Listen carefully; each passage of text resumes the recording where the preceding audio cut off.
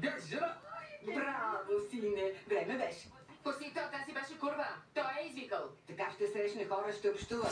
Свършва и с това, че ще ни водиш по магазините. И Оли ще ми поднови гардероба. Нищо подобно. Фермин идва с мен да скачаме с банчи. Да. Къде? И аз искам приключения. Да. И аз. Единственото ти приключение беше да се изгубиш в Икея. Падна ти една библиотека отгоре. Започна отново.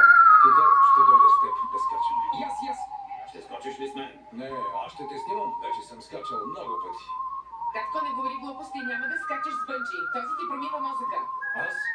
Идеята беше негова. Ще скоча и още как. Хайде, приятелю, да върви. Ти да не се мислиш за Индиана Джонс. Идвам с вас, че нямам доверие. Този иска да прибие татко. Кога ще се върнете? Искам да отида на кино.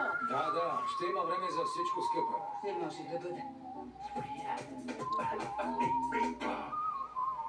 Какво ще правим сега? Пак сме в началото.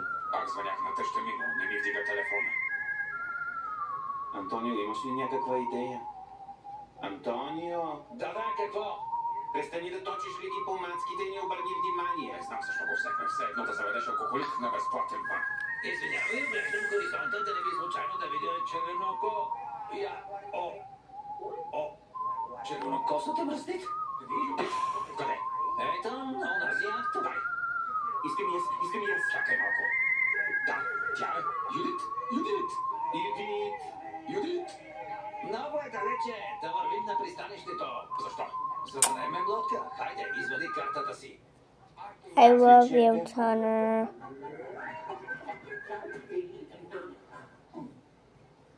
Bye, little hour Сигурен ли beds. си, че денят е добър за плаване?